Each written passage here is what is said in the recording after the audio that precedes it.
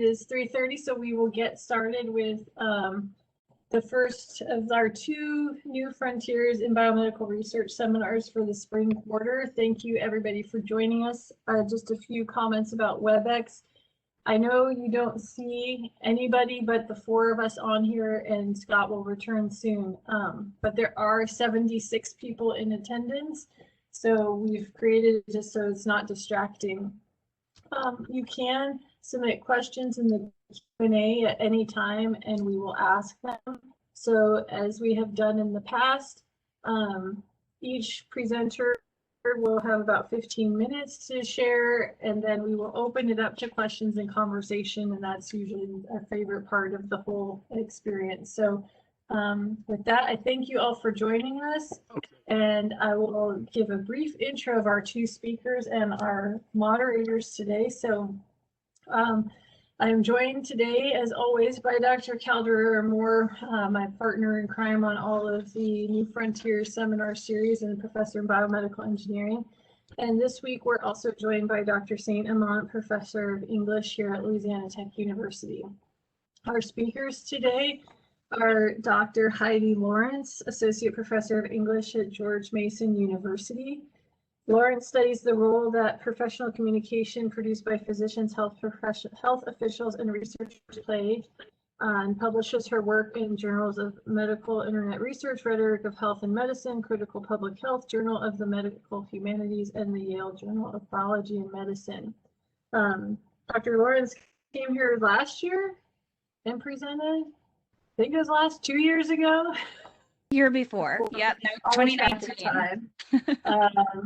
On vaccines and vaccination, and so will give us an update today. And Scott Barrows, who I hope makes it back here, he will certainly be back before it's his turn to talk, also came to Louisiana Tech as part of the seminar series when we were able to hold them in person. He is the simulation programming manager at JUMP Simulations and clinical assistant professor of emergency medicine at University of Illinois College of Medicine in Peoria, and clinical assistant professor in biomedical visualization at the University of Illinois at Chicago. He is a world-renowned medical artist with illustrations in more than 55 medical books and more than 350 journal articles. He was previously vice president of marketing at a biotechnology lab in Virginia, and vice president of creative at a medical software think tank in Nevada. He was also the director of biomedical visualization graduate program at the University of Illinois at Chicago Medical Center, and still serves on the adjunct faculty there, as well as an assistant professor at the University of Texas Southwestern Medical Center. He has done really amazing stuff. Both of our speakers today are really incredible, and we're so glad to be able to have you back in this new virtual world. And so with that, Heidi, I will make you presenter again, and we will hope when it gets to Scott's turn, he'll be able to share his screen. It still isn't doing it. You want to drop him in Google Drive or something? We could figure this out. Okay, I'll send you a box folder link. Okay, good deal. All right, Heidi, it's all yours. Okay, wonderful. Can everyone hear me? Okay, great. Hi, everyone. As Dr. Newman said, my name is Heidi Lawrence. I'm an associate professor of English at George Mason University in Fairfax, Virginia, which is just right outside of Washington, D.C. I just want to start by thanking the whole team today for inviting me to be here. I kind of wish I were back in Reston again, but this is great too, and I'm just really excited to talk with you all a little bit about vaccine hesitancy, especially as it relates to our current COVID-19 crisis. So the title of my talk today is Hesitancy Happens, Why People Question Vaccines. The talk today is kind of in 3 parts. It emerges out of my work on the rhetoric of vaccination controversy and discourses and language use about vaccines. I'll talk a little bit at first about the history of vaccine hesitancy and the broader sort of historical context for hesitations about vaccines. Then I'll talk specifically about discourses that are circulating now and what those look like in terms of hesitancy. And at the end, we'll talk about a few actionable items you can take in your own discourses as you're considering your own choices for vaccination, and how you can start to sort of reshape conversations about vaccination as it relates to the COVID-19 vaccine in particular. So a little bit about me. My PhD is in rhetoric and writing from Virginia Tech. And just in case everyone doesn't know, I thought I'd start with a little bit just about rhetoric. The classic definition provided by Aristotle of rhetoric is it's the art of seeing in any situation the available means of persuasion. That being the sort of disciplinary core that guides my work. I come at the phenomenon of vaccine hesitancy, controversy, refusal really differently than folks in public health or medicine or science might. The goal of my work is to study vaccines through the lens of language use, trying to understand how vaccine beliefs form and become persuasive. So I look at how people communicate about vaccines, why they believe what they believe, how they come to believe those things, and why they think they're persuasive to others. My book, Vaccine Rhetorics, came out in early 2020. I talked about it when I was in Reston in October 2019, which really feels like another lifetime at this point. And my other work has been, as Dr. Newman said, in a range of journals, including medical journals, public health, and the medical humanities. So my work really today will take a humanistic perspective on and reflect on various studies that I've done, qualitative research in a range of communities about their vaccine concerns and why they formed. So first, we're going to start with sort of some basic, three big things to understand about vaccine hesitancy. And the first is that hesitancy about vaccination is an historical norm. The earliest controversies about vaccination date to the beginning of the practice in the late 18th century and continue through to the present day. So you have a really common grand narrative about vaccination that circulates, that it's one of the greatest technologies ever developed and ever invented, that vaccinations have sort of rescued humanity from previous scourges of the earth, most notably smallpox, which is now not a disease that we deal with, right? It has been completely eliminated by vaccination and related practices. So this is a great triumph of vaccination. Measles and polio are also highly eliminated, rarely occurring in, at least in the sort of, in many countries, and especially the United States. So, there have been a lot of really big successes when it comes to vaccination. We also kind of alongside this tell ourselves a story about the past, where kind of as vaccines were developed, they were unilaterally accepted, especially in the mid-20th century when you have the beginning of polio vaccine and you have measles and mumps and brand new vaccination campaigns coming out, stories of people lining up for polio vaccine, so thrilled and accepting of it. And the end of that narrative tends to say that we sort of unilaterally accepted vaccines until the late 90s when something called the Wakefield study was published, which fraudulently connected MMR vaccine with autism. And then so the rest of the story goes, after 1999, then all of a sudden people had these questions and now people are concerned about vaccines. And that's just really not true. Though there's a lot of great historic, social science, even some research in public health and in the humanities that sort of examine that once you just peel back that story ever so slightly, you see that it's a lot more complicated beneath the surface than that. People have always had a lot of questions about vaccines. There were big vaccine controversies in the 80s around the pertussis vaccine, which led to major laws and reforms being passed in how we deal with vaccinations. These extended through the 60s and the 70s. And there's lots of great historical work, particularly by a scholar named Elena Konis, if you're interested, that really looks at parent groups and how they pushed back against all of those vaccines at mid-century. So it's a much more complicated story. And if we sort of reframe vaccination acceptance as sort of abnormal and hesitancy as the thing that people always do, we start to see that there are these consistencies over time in the arguments and discourses people produce about vaccinations that tell us why people are concerned about vaccines and how we can work to try and ameliorate those issues and address them. And this is all kind of further complicated by the fact that healthy adults are notoriously difficult to vaccinate and refuse or avoid vaccinations for a wide range of reasons. Second, hesitancy is not a sign of deficiency in education or scientific knowledge. What we do understand about people who are hesitant about or refuse vaccines is that these hesitations are based on nuanced personal experiences with health systems, their own bodies, and the world more generally. Some of the things that COVID has really brought to light are things like health disparities, unequal and inequitable treatment that people receive and experience across the health system. Those can be reasons for hesitancies to emerge, but also individual experiences with the body, with diseases, with your own interactions with medications. I'll talk a little bit more about that later, but all of that is to say, hesitancies emerge from really nuanced experiences. And vaccines are also unique medicines with a different risk-benefit ratio. So you don't have the same trade-off when it comes to a vaccine that you might have with ibuprofen. You take an ibuprofen, it hurts your stomach, but it got rid of your headache. So you go, well, that was sort of worth the trade-off. Vaccines don't work the same way. You're healthy and you're supposed to stay healthy. And so the risks associated with vaccination just work differently than with other medications, making them a different situation. Oops, sorry. And finally, understanding the nature of a person or group's hesitancy and the reasons behind those concerns is really critical to alleviating hesitations. And I'll talk about that and the reasons for that a bit more in the moment, but really making sure that you understand why someone is concerned as the first sort of step of things is a really important component to responding to vaccine hesitancy. So what do these hesitancies look like? I have 5 sort of main buckets of hesitancy that are articulated on the slide here. And I don't mean to say in so saying that these are the only concerns people have, that people have all of these concerns and that they can't change over time. These are some trends that have existed sort of over the last couple of hundred years. So they're pretty consistent over time, but different groups of people take them up in different ways over the course of history and over the course of our contemporary concerns. And these range from things like disease and the body. Again, when should you get sick? What is the value of disease and illness to culture and to bodies, and what counts as disease?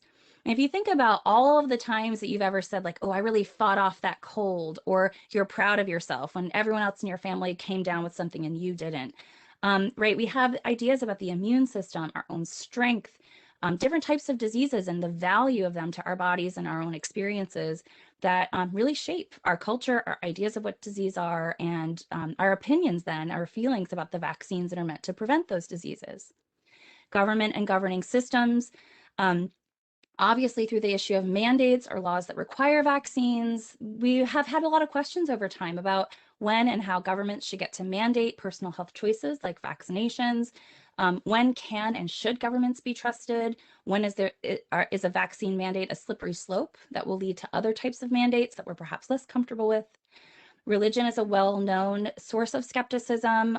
Some religions more than others are concerned about the origins of vaccinations and cells and all kinds of medicines and interventions in the body. The medical system and pharma. So, one of the other things, again, sort of hearkening back to my earlier comments about disparate experiences in the health system, one of the things that obviously COVID has really brought to light are health disparities that exist across the health system. And this kind of growing understanding we're developing that has really been reflected in vaccine discourses for a long time, but is really coming to the surface now, that people have really different experiences in the medical system. And that if you grew up always seeing your same family doctor, you had a great experience with that person consistently helped you when you were sick, listened to you when you didn't feel well. If you've always gone to the hospital and been prescribed the proper medication and been diagnosed with your proper disease in the proper amount of time, that's great. That's wonderful. That's what the system is supposed to produce. But you have had a pretty unique experience. Lots of people go through the health system not being listened to, being misdiagnosed or mistreated, or simply not having access to consistent forms of medical care over time. And hesitancies and skepticisms are going to emerge from the lack of trust that can happen over the course of a lifetime that are then expanded upon when you think about other historical concerns that particular groups have or problems of access that particular groups have with medicine. That links up with other concerns people have about big pharma and profits and who exactly is making health decisions. So there's a big set of concerns and skepticisms that emerge from there. And then finally, the roles of personal responsibility and risk when you live in a community. What risks are acceptable for individuals when we're talking about community health? And with all this to consider, it's important to remember that vaccine decisions work the same as all the other decisions that people make in life. Sometimes vaccinations people sort of act like it's like a one-off, like A person can have a completely great experience in the health system. They can plan to vaccinate, and then all of a sudden they're like scrolling on Facebook one day. They read one anecdote by a friend of a friend who said something negative about vaccines, and now no vaccines for them anymore. And that's just really not how it happens. I'm not going to say that has never happened, but for the mass majority of people, vaccine decisions come as they triangulate media, TV, and news, even fictional stories about vaccination, CDC announcements, health department, official sources of information, physician recommendations, family experiences, and all of that again sort of bounces against those personal experiences with your own body, your experience of sickness, health, perceptions of risk, disease experience, and experience with the health system, positive and negative. So in the final part of the talk today, before we get over to Scott's presentation, I'm going to give just a couple of things to think about when talking about vaccines or considering them for yourself. So first, there are some do's and don'ts. Every situation and every person is going to have a really unique perspective and opinion on vaccination, and it's important to get to know and understand that. But there are some basics that can help to guide most vaccine communication, or a lot of it. First, come from a place of understanding. Understand the nature of the person's hesitancy before responding so that you don't your arguments don't backfire and actually cause them to dig in or develop new hesitancies. Think about what you're communicating. Good stories can be just as impactful and persuasive as a piece of hard data. So really work with the person and the situation you're in to think about what's most persuasive. Think about making the benefits of vaccinating tangible and smart, and that's specific, measurable, attainable, relevant, and time-based. Remembering that vaccines don't have that same risk-benefit trade-off and that other medicines do. And so if you can think of tangible benefits of vaccine, which abound in a pandemic, talk about those and think through those, and also allow time to work. Don't use deficit-based reasoning. So to say something like, if you really understood how dangerous this was, you would get the vaccine. Remembering people are usually not making their vaccine decisions, or they don't develop skepticisms out of ignorance, but rather out of alternative experiences. And so to tell them that they're kind of stupid is going to not be very persuasive. Don't accuse them of not caring for others or freeloading or being selfish. Don't assume they're a conspiracy theorist. Subscribe to some kind of crazy global run thinking or otherwise entrenched in some kind of other set of values. Again, vaccine hesitancy is normal, so it's not the sign of some sort of deficit or other thinking.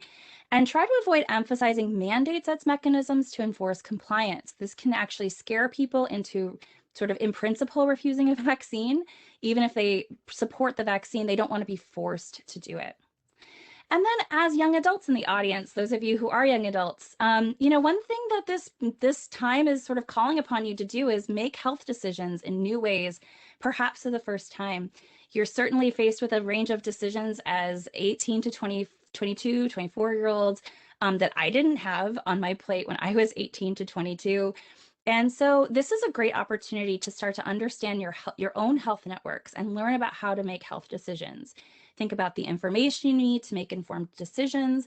What are you really curious about? What do you know about the vaccine and what don't you know? Do you know how to get it once it's available? Do you understand what we mean by side effects, or what people mean when they talk about that, and what those might look like for you? What are your questions, and what are good answers look like for you, and where do you go to get them?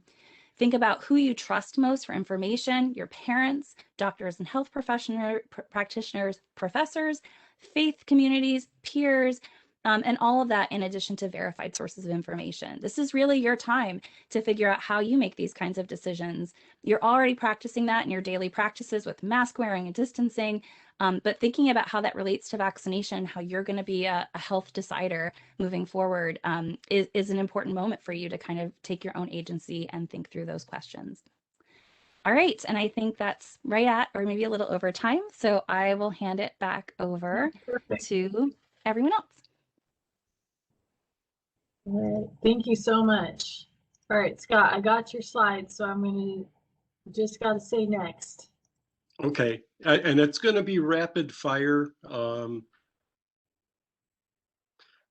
I think you know, a lot of this is just background information that will give an understanding.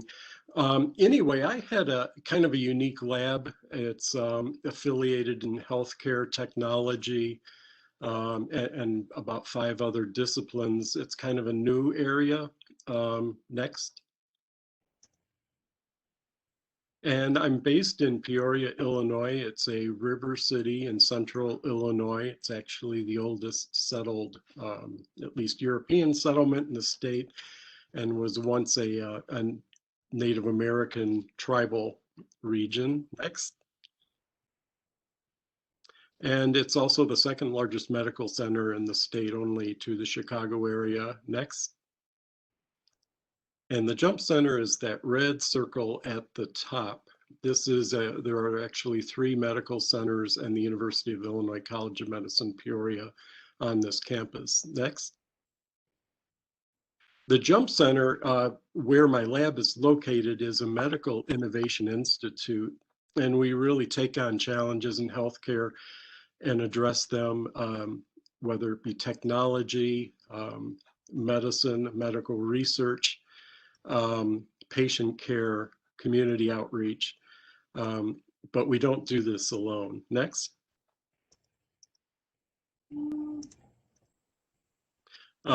Inside the Jump Center is really a collection of laboratories, from gross anatomy labs, where we have 1-day-old cadavers that we can hook up to pumps and do all sorts of like innovative neurosurgery simulation to practice before a brain operation. And also other labs that include virtual reality, medical visualization, 3D imaging, performance improvement, really about every area of healthcare delivery. And it's a 6-story building just filled with all sorts of really innovative things. Next. We're part of a network of hubs within the state of Illinois. This is a new thing. It was started by the University of Illinois Urbana, and every state university now has a hub, and we work together, especially in healthcare. Next. The focus for my lab, a lot of it is community outreach and community healthcare, and there's a lot of factors, especially when we get into rural communities, underserved communities, and a lot of what we're working on is technology, but also new programs, a lot of new ways of thinking for community healthcare workers who live in communities. How can they deliver new forms of healthcare, and they're actually part of the community. So it's a really big factor. Next. Everything we do is based on human-centered design. And if you're not familiar with this, it was founded at Stanford University. It's used by corporations and universities and medical schools throughout the world now, but it starts with empathy. And the 2 projects I'm going to talk about focus on how we empathize with the communities we're reaching. One is on the south side of Chicago, and the other deals with the homeless and a homeless shelter that could be anywhere, but we're focusing to start in Peoria, Illinois. Next. So our primary research partner is the University of Illinois Urbana-Champaign and the Beckman Institute. And we've had a number of projects. I'll show some of them, but it's working with primarily bioengineering, and then we handle the healthcare components. But a lot of the projects we've done over the years has been with Urbana. And we just found out today we received a grant to address vaccine hesitancy, and primarily in underserved communities, to develop a toolkit that community health workers and others can use to address the communities that maybe are not getting vaccinated for COVID. Next.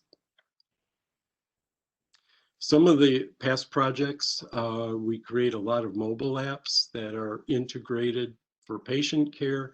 It could be developed for doctors, nurses, community health workers, social workers, educators, but also the patients and their families. These were some early prototypes for heart failure.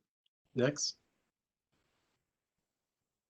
And this is kind of the background of how some of these apps are put together. There's a lot of different parts to it. And I think I sent a link that might show this a little bit better, but we can move on. Next. You might have to press it one more time. There we go. This is kind of slow, but one of the things we also try to do is work with wearable devices and behavior change. This is a model called trans-theoretical model of behavior change for like smoking, obesity, wellness, and using biosensors. And it has some early promise, but it's something we are considering at different levels for not only the communities we serve, but also the schools. Next. This is a video that's probably not going to play very well, so I'm going to bypass it. Okay. Okay. The difference in our lab is that we apply creativity, not to say that other labs do not have creativity. They certainly do. But we sort of take the Steve Jobs model of connecting dots, and I like lots of quotes. This is one that I've always liked. Basically, it connects the dots of a lot of different things that maybe you haven't considered before. And that's what we have put together to address some of the underserved communities and the high-risk communities that we're serving. Next. So health equity has been has really come to light, especially in the last year between COVID and Black Lives Matter, with just all the difference opinions and insights in healthcare and what's accurate information and who is being served and why or why not. So our focus is on health equity. Next. And we also deal, obviously, with health inequity. And last year, when COVID first hit, I went to Chicago and spent a few weeks there on the south side. And as you can see, the death rate, the darker colors on the left map, that's where the highest death rates occurred. And to the right, this is from a few weeks ago, who's getting vaccinated in Chicago, the darker colors, those are all the high income areas, the Gold Coast. And you can see the blue circle, that's the region that we are serving on some research grants and also outreach. And we have quite a lot of support already, so I'm optimistic. But it gives you it's almost shocking, the inequity. And when I was up there, just to see how many people died, the death rate among African Americans in Chicago was dramatically higher than the rest of the city. And it made an impact. I mean, we hear this, but when you see it, it's not something you'll ever forget. Next. And in dealing with health inequity, social determinants of health is huge. That is, housing, food security, access to health care, transportation, getting to doctor's visits, or having access to a doctor in the community.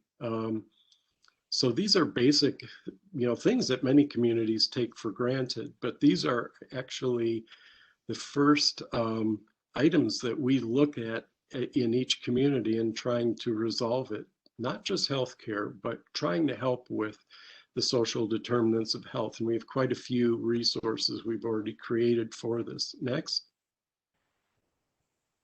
Our partner on this is the Chicago campus of the University of Illinois.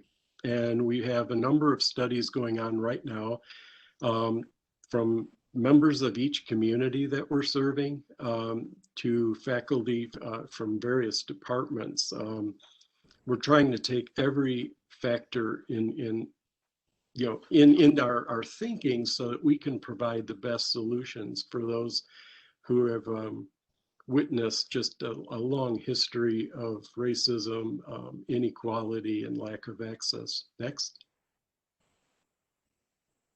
So I don't expect you to read this, but these are some of the things that we are creating. We're creating a dashboard that will collect all the data, like who's getting vaccinated, what are the rates of certain illnesses, how severe is the disease. community centers where people can go and learn in their own communities. And looking at how can we create community health worker programs that include members of the community that people trust. And the biggest thing is listening and following through. Next. Another project that we're working on to reach out to inequity is we're partnering with Illinois State University and their new innovation hub. Next. And this project deals with vaccination, but not COVID vaccination. We have found that the number of children's vaccinations have dropped dramatically in the United States, and it's becoming almost alarming. Diseases that we thought were cured are now popping up again, and this could be a much worse pandemic than COVID to children. This is like diphtheria, whooping cough, just the diseases that we thought were cured are starting to come back. So what we have received funding for early this year, and we're just now starting, is an outreach program where we can go to any community, whether it be rural or in the city, or any city or town, and offer free vaccinations to children so they won't get sick with these diseases we thought were long gone. Next. And to do this, we're using a mobile care unit that we have had for about 1.5 years. And this is like a hospital on wheels. So we can actually go out into the communities and the neighborhoods where there might not be access to health care. And we're now looking at also how can we provide COVID vaccination in areas that are either under-vaccinated or hard to get to or don't have access to facilities, or even like a pharmacy where a lot of vaccinations take place. Next. Another project we're doing with Illinois State is we're working with the homeless shelters. And if you think about it, homeless shelters, most of the people in them do not have access to the technologies that are used today. So what we're doing is we're putting iPad-based kiosks in a number of homeless shelters that will connect the people who stay in the shelters to telemedicine resources that we have in our health system. And this is a very simple interface, but it does allow people that are really the most vulnerable in our society, along with children, access to healthcare, telemedicine, and the same resources that people with smartphones can access. Next. And this is one of the shelters. It gives you an idea. This is shortly before dinner time. This is called the Dream Center. It's actually a dormitory for women and children in Peoria. And it's one of the shelters that we're helping with. And we're very close to installing the kiosks, probably within the next month. Next. So that is my quick presentation. I always like to end with this quote. It's one that I think many creatives like, but just urging you not to, you might think, what can I do to solve a problem? Please don't think that way, because years ago as a medical artist, I thought I would be illustrating books my entire life. And I never would have known that at this point in my career, I would be actually going out in the community and developing things that have a real impact. So I don't know if we're on time. Oh, these are illustrations. You don't need to show that. That's my favorite though. Oh, well, that's my background, but I didn't know. Oh no, that's great. I didn't mean to advance. Oh no, that's it. All right, let me stop sharing. Well, if I could figure out how to do that, there we go. No, I thought that was great, and I have questions, but I think there are questions maybe not yet in the chat. But please drop questions in the chat. Dr. Calderon or Dr. Sainamont, jump right in with your questions, and we'll get the conversation going. Hey, Scott, would you mind elaborating a little bit of the composition of your team with regards to backgrounds at jump simulations, and kind of who are the people on the ground? Are these engineers? Are these public health specialists, nurses? We've got a lot of students on today. If you could kind of give just a quick summary of their demographics or their background, their educational background, I should say. Well, for the homeless shelters and the mobile units, they're primarily nurses. They come from different backgrounds, and some are volunteers, but most of them are employed. We also have some physicians. I work very closely with Dr. Mary Staple, who is dedicated to street medicine, and she and the nurses actually have stitched up people, treated people literally on the street in Peoria. So most are nurses that take care of those in the shelters. We also work with a drug abuse center. I mean, this is really, it's very sad. You'd never imagine, people living under bridges, and then we also have social workers that try to help. We also try to help with various organizations, the United Way, to get people employed. Now, on the UIC side, it's very interesting because we have graphic designers, engineers, medical students. One of my colleagues is the head of women's and gender studies at the university, and she's looking at how gender and gender identification and can influence healthcare. And then we have, the Urbana team is almost all bioengineers, and we're looking at a lot of the different ways of delivery of healthcare and information, mobile outreach. Yeah, I think that's great. Such an interdisciplinary group and opportunity for everyone. I think that's what this seminar really highlights. There are some questions in the chat. I guess this really is for both of you. Have you ever helped anyone get over their vaccination hesitancy? Dive right in there. Who wants to take it? Heidi. That's probably better for Heidi. I have, but it's more a direct conversation. Oh no, I'd love to hear that, Scott. I mean, I'm constantly working on it with a range of family members, I'll say right now. So I think again it's about finding that right balance of what argument is going to work for that person in that particular period of time. And really sort of understanding where someone's coming from, that and remembering that you do have to take that time to understand what the person's really concerned about before you can sort of like cure them of anything or help them overcome a hesitancy or concern. I know from my own experience, with some family members or some people I've worked with, I can make sort of more comments about other regulations, like other systems will be easier for you if you do this if you get this vaccine. If you are hospitalized, you might end up having to get the vaccine anyway. Like you should get it on your own terms. Sort of make it an articulation of personal choice and like responsibility, and sort of like know that you have some control, right? That sort of plays into that set of concerns.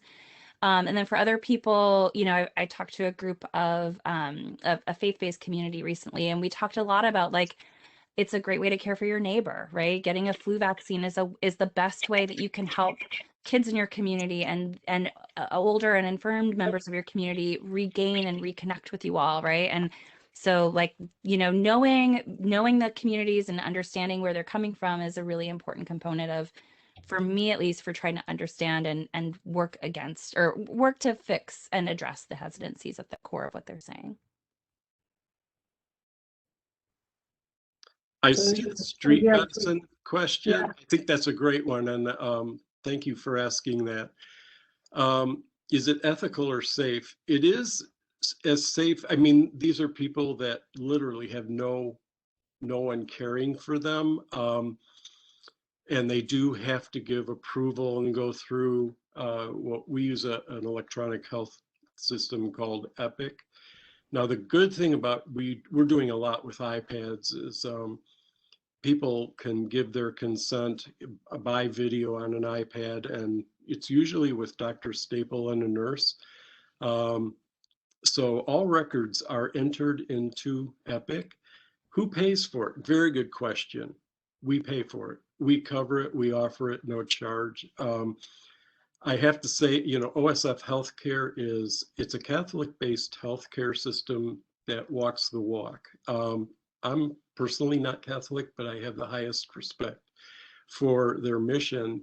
And the system loses money on shelter care, and the homeless. But we do have sisters that still, you know, they run the health system and advise us, and that's very important to them. So it's a great place. I mean, I've worked at universities and companies and a vice president at a few companies and, you know, all that stuff. But this is by far is the greatest return for me personally. Scott, I was going to ask a similar question, if I can, about how the process works for the mobile vaccination clinics for children. Is there an internal system? Is that paid for through a separate system?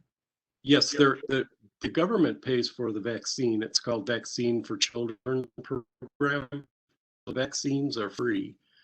And if they're not free, we will buy them and provide it for, you know, a free, you know, delivery.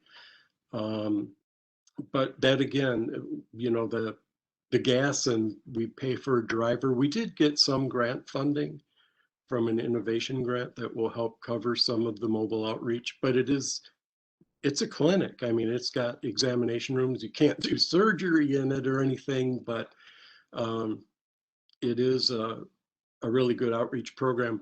Getting into the schools is a little more difficult because of all the bureaucracy and red tape, as you can imagine. So right now we're working with communities. And your comment too with the faith-based organizations in Chicago, that has been one of our best connections for providing information, COVID testing, COVID vaccination. Islamic groups, Catholic groups, fundamentalist groups. I mean, you just name any religion and there's an interested organization that helps with the outreach. So it's been very good in that regard. Okay, I've got another question for you guys. You ready? Some people are saying the discovery of the COVID vaccine is too fast. So what is the probability that it is safe to take?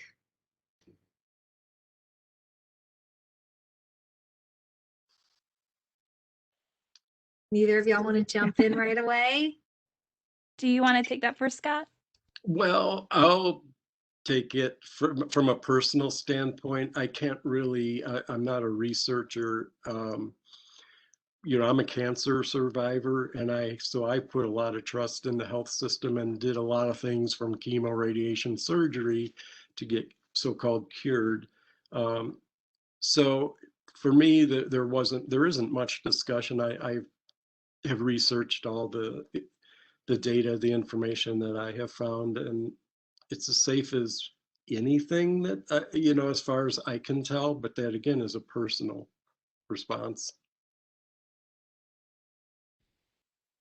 Yeah, I always say sort of something similar. I'm not a immunologist, virologist, vaccination researcher. So, you know, to speak to the science, I can't, but I will say some of the arguments that I think are interesting that are emerging on that is, and I see this in the chat too, there have been some great pieces that talk about the history of mRNA vaccine research and how long it has been going on. And so even though this might be our sort of first vaccine that's emerging from it, the technology didn't come out of nowhere. It is sort of something that has been in the works for quite some time. So that can be something that's a nice thing to consider when someone's concerned about newness. The other thing I heard someone say that they kind of leaned into the newness when talking with people about it who said they were concerned about how new it was. They were like, but isn't that amazing? We get to participate in a medical breakthrough. I mean, we're watching it unfold right before our eyes. Who wouldn't want to be? It's like being the first person on the moon, right? I mean, why wouldn't you want to participate in this great moment of science, which can be some persuasive and really interesting responses to the concern about newness, which is also like a very reasonable concern to have because it is new. And so, balancing those things.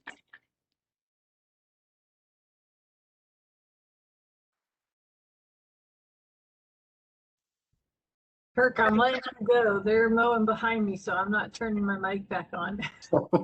Kurt, you asked some questions. Well, actually, first of all, thank you all for excellent presentations. And one of the things I've noticed is you're talking about two different approaches to healthcare, particularly around vaccines. Heidi, you present an approach in which it's based upon trust built through repeated experience and exposure and interaction over time. It's a slow, gradual process that in many ways requires continual access to individuals. And Scott, you're mentioning a model or describing a model that's looking at distributed healthcare. In some cases, it's telehealth offered through virtual imaging and VR. In other cases, it's offered through mobile services of healthcare. And I'm curious if either of you is seeing trends in terms of how the rise in need for this distributed care is eroding how we form trust and what that means for not just how we approach vaccinations, but what's considered standard and credible healthcare in general. Well, that's a good question. In 5 words or fewer.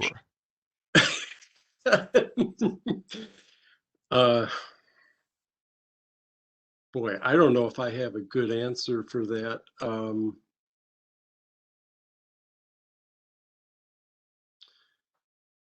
I mean, part of the reason that we partner with universities is that there are obvious areas of expertise we can't provide any insight in, and vice versa. So our primary mission is the delivery of healthcare, and like you mentioned, whether it be telehealth or digital means, or now direct care into by mobile units. Most everything that we do has to connect with our electronic health record system. So data is critical. That's what leadership looks at. And that's why a dashboard is important. A lot of people wonder why we have dashboards so early, but we need fast. We get data in fast. We need to analyze it and have it impact our care fast. I mean, that's what's important. I don't know if I answered your question. If I could jump in, yeah, that was really expertly said, Kirk. Not surprisingly, I was thinking about the contrast as Scott was talking too. Like, oh, okay, this is like the umbrella, and I'm talking about like the raindrop, right?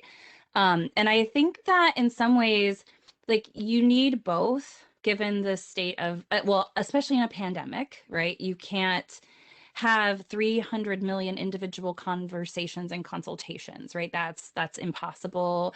So you need this combination of both. But your comment reminds me of a study I did years ago in response to our last pandemic, 2009, 2010 H1N1. And I worked with a public health district to study poor vaccine uptake at 2 schools in a community where there was a really high level of engagement with the public health system. Public health departments like, no, they love us down there. We give them, they do all their dental care with us. We do all of their sports and health screenings. They basically, like, the health department is everyone's primary care physician. And we just don't know like why they didn't want these vaccines we were giving them for free in schools. And what we found was when we talked to people, they didn't really have that experience. They didn't really like what kinds of care they were getting. They accepted it because it was available to them. It was cheap. It was free. It was easy for various reasons. And certainly, like, there's a degree to which that's healthcare. Like, you just have to get it done, and you have to get kids screened for scoliosis and teeth examined and vaccines in arms. Like you just have to do that at a certain level. But I think what's important to think about with all of this outreach is that that's one health outcome, but the building of trust is another health outcome. And with every interaction, you have the opportunity to have a positive or negative experience, have someone build more trust in the health system, or you also have the opportunity to lose it. And it sounds to me like the teams that Scott's teams are bringing together are nicely attuned to all these different facets to it. You know, making sure that you have community health workers, making sure you have people from the community, making sure you're delivering care that's ethical and on site. Those can be really helpful things. But also keeping in mind that like this is also relationship building, and you might be able to just sort of deploy and achieve a health outcome, but you've maybe missed the opportunity to build trust, build connection, build community with people who don't naturally trust the health system. And so I think like keeping in mind both of those aims of health outreach and intervention is really important at all times. And I will add this as well. I don't know if all of you were present when Kareem Watson spoke to the group. I've worked with Kareem at UIC, and he's tremendous. I've had him speak to my students as well. And this is, it's so far, it's such a huge issue everywhere, but I am a native of Chicago, of the South Side. I grew up in the South suburbs, and to deal with, you know, a city like Chicago, which has a long history of racism, and just, you know, right now it's leading the country, I believe, again, in murders and street crime and shootings, and it hurts, and it, you know, it's not going to be solved overnight, and that's why you need a diverse team of people in this. It's not going to be researchers and doctors and social scientists alone. I mean, we do have to work together, and it's not going to be solved overnight. But if you don't try, you know, I mean, there are people saying, how are you going to take this on? Because people have tried before. The University of Chicago is on the South Side, one of the best universities in the country. And, you know, they haven't been able to do a lot. You know, it's a really, really difficult situation. But I see some alignment and people coming together. Saying that in our political environment is probably not very well received, but yeah, you just can't let it go. And so anyway, I really think that a program like this is awesome, and to have different people give insights, because it's going to be you young people that are going to be solving a lot of these problems and the questions. Thank you both. Very quickly, I'd like to draw this question a little closer to home and ask both Jamie and Mary, who are on the line. You both do extensive health and medical outreach with local communities at Tech in Ruston in North Louisiana. And the kind of outreach you do engages in both the regular interactive and the sort of distance or distributed healthcare systems. What have your experiences been around these topics?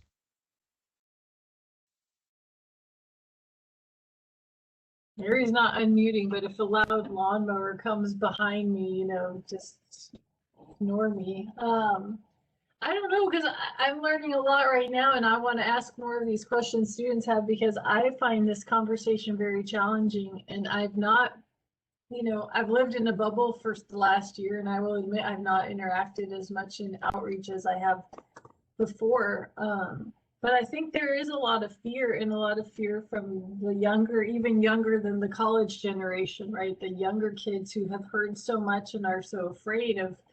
And I'm not prepared to address such fear. In the summer, we did some summer camps, and even in the fall, we did with illustrating things related to the virus. And the kids were scared of like people dying and getting really sick. And so I can only imagine then, you know, a vaccine that is unproven is causing probably similar fears in some of these communities. And I don't have an answer for that. That is what I've observed.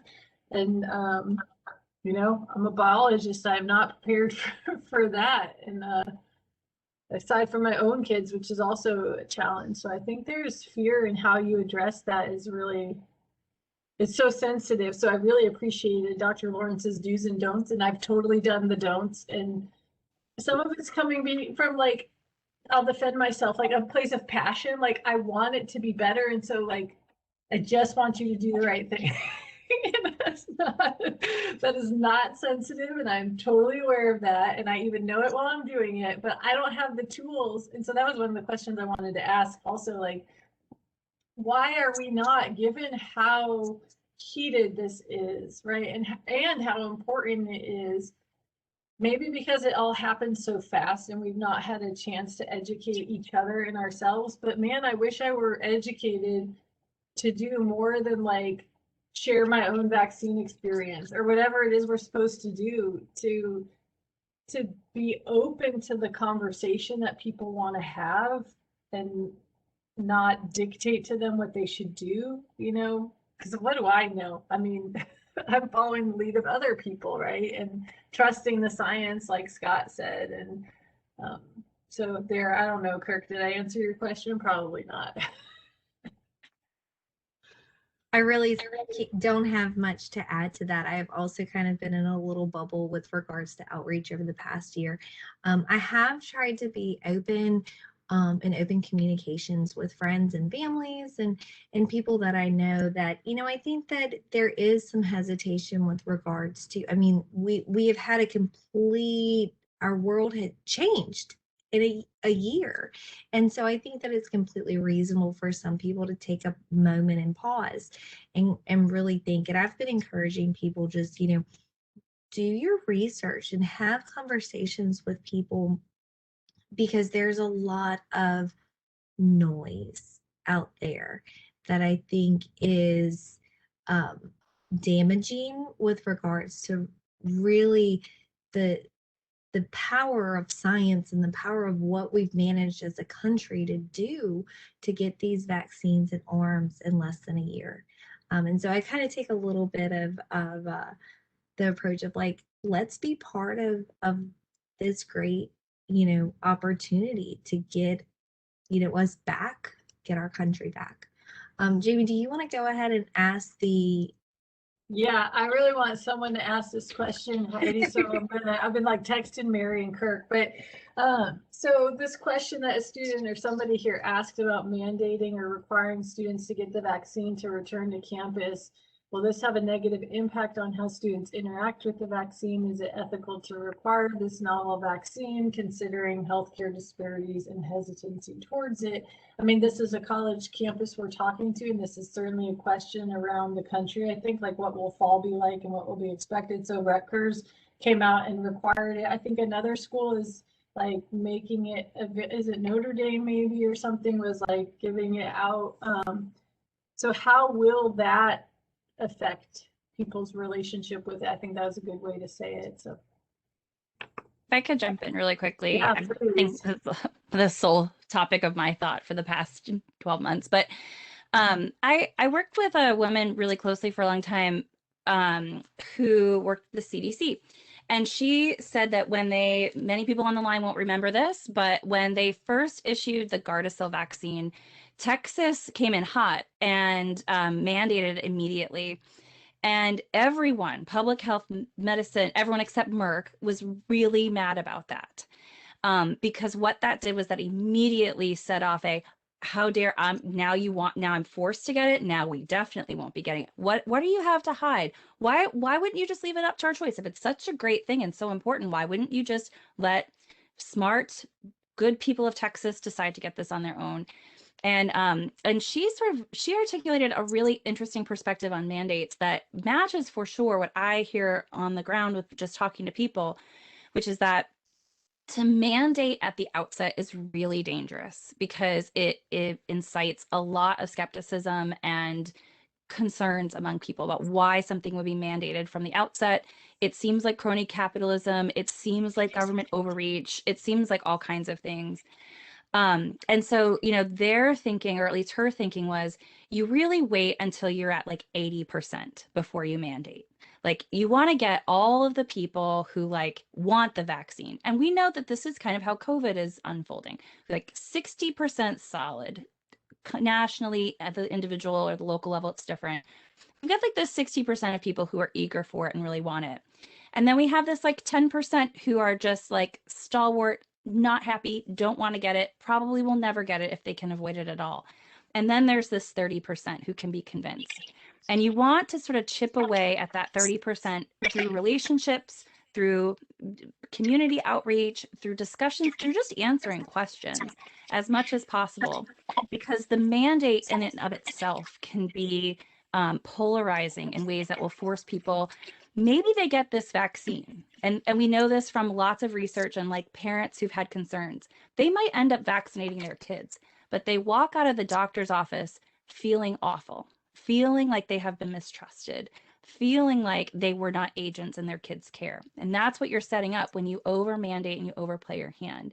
So I agree, it can be really dangerous ethically and things like that. I mean, we have emergency use authorization. People are trying out mandates. It's definitely getting tested. And certainly we know the vaccine to be safe and effective. So I think that those components of the ethics are weighing in favor of the vaccine and the mandate. But just socially, I think I think that those types of mandates are a real, they're dangerous. They're dicey. Anybody else want to weigh in on that one? No.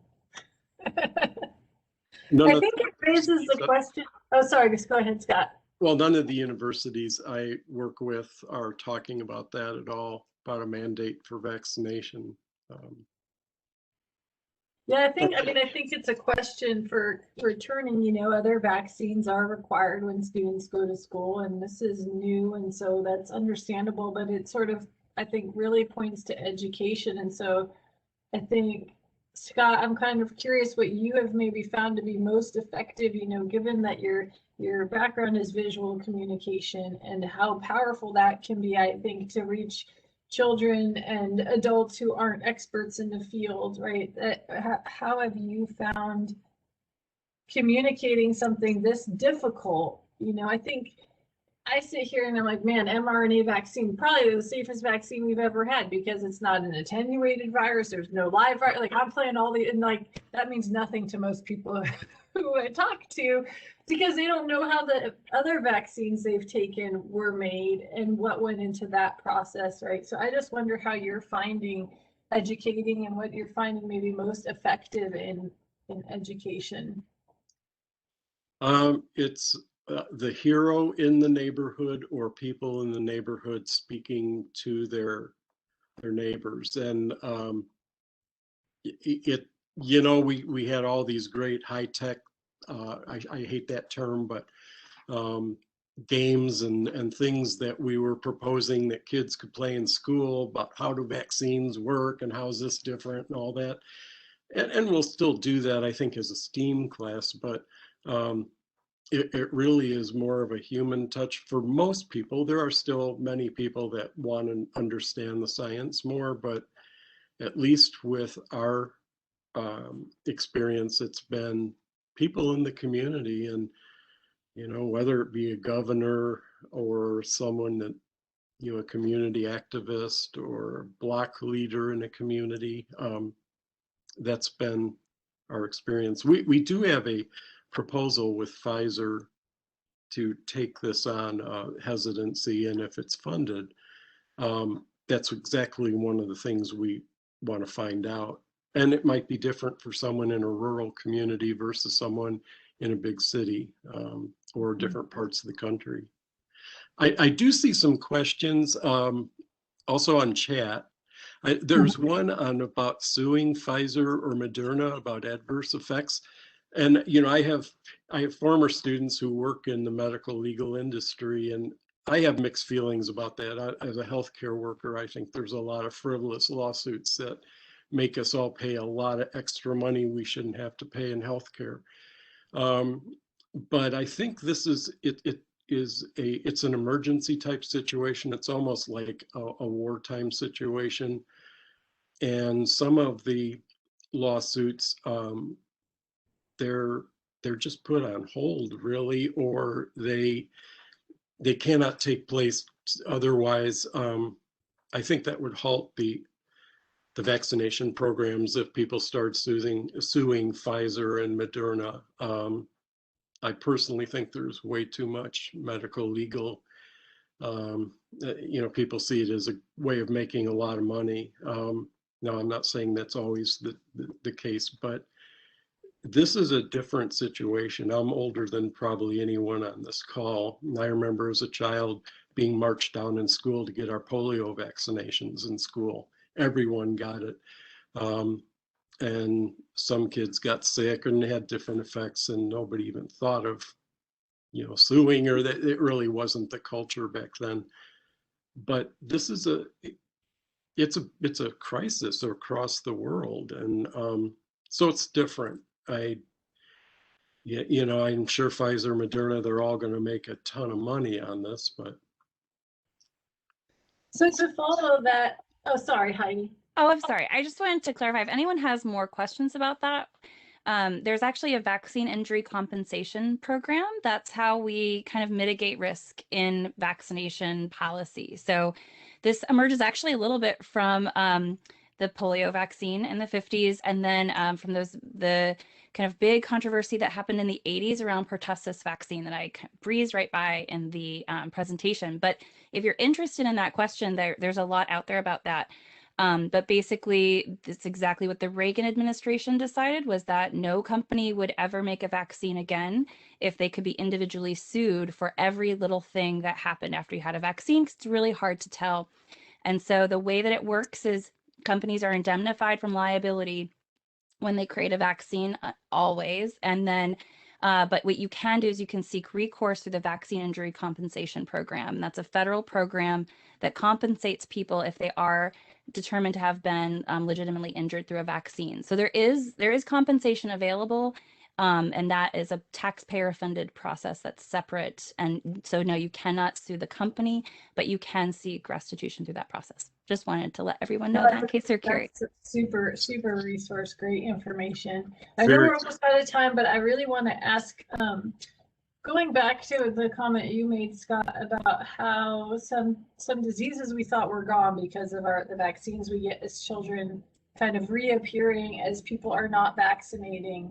I guess there's two parts to that. One is, why is that? Like, why aren't people getting their children vaccinated? And then do you think this experience with COVID can make that worse? Because I think it's brought to light a lot of issues people have with medicine, and like raised awareness about vaccines for better or worse. But I wonder if it could be actually worse as people start to think more about what they've said yes to in the past. I don't know. I wonder what you guys think on why that's happening and what will come from this experience.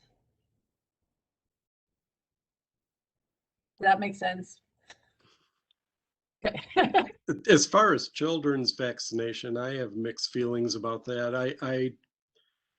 I'm a grandparent, and our grandson tested positive for COVID. He had absolutely no symptoms whatsoever, and from the data I have seen, that's fairly typical. So I don't know.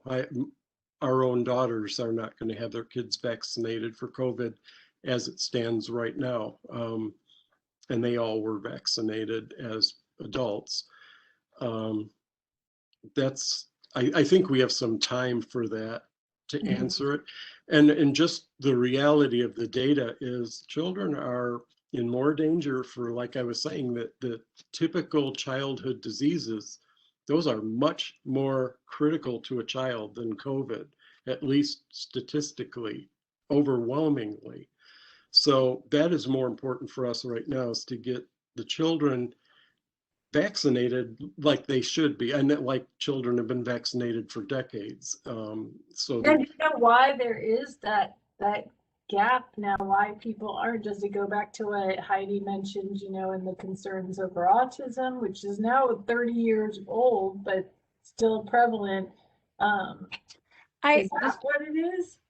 I've been doing a project on this, looking at the states that are reporting. I mean, it is really amazing. I mean, not in a good way, to see vaccination rates down 50 to 70%.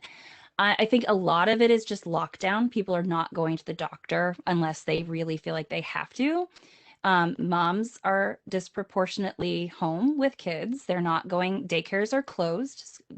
I mean, we act like vaccination is an act of the pediatrician's office, but that's just like where it happens. The real enforcement is school. That's like what makes sure we get kids get vaccinated. So if your daycare center is closed, your kids are all at home, mom has left the workforce or can't find another job, no one's leaving the house. There might not be money, to go to the doctor, but there might not be just opportunity to. So I think that a lot of the research is showing that there's just really there's no mechanism, no state mechanism that's sort of forcing the vaccination. And so, and it's interesting if you look at the trends, like everyone's getting Hep B because people are still going to hospitals to give birth. So Hep B, the first dose is fine. It's actually a little bit better in some cases. And then it drops from there to the 2-month, the 4-month, the 6-month. Those are decreasing every month because just fewer people are going back, and especially by the 1-year mark. So I think a lot of it is just some disengagement from the system, not being forced or required to vaccinate. And those kinds of things. And I agree with Scott. I think that that's a much bigger issue for us to be talking about. I think that a lot of those families are catch-up families. They're going to catch up before, when schools reopen, daycares reopen, people get jobs. When they have to, they'll get vaccinated. That's kind of how a lot of people, that's why a lot of people just get vaccinated. They're not really a big intrinsic belief, but rather just having to. But, the worry there, as like, you already see it in some discourses where parents go, actually, maybe they're fine. Maybe we don't really need that. The time frame is I'm out of time for rotavirus anyway. Who cares? They've been healthier. Maybe, I do worry about those kinds of discourses kind of popping up as fewer kids get vaccinated. And then once they go back, they need to be protected. Yeah, that's interesting. Well, we're just about out of time. So Kirk or Mary, any last minute questions? I guess I'll ask the question that we ask all of our speakers. What do you think we've learned from COVID thus far that's most within kind of your realm of where you're working? And what do we still need to be doing better with?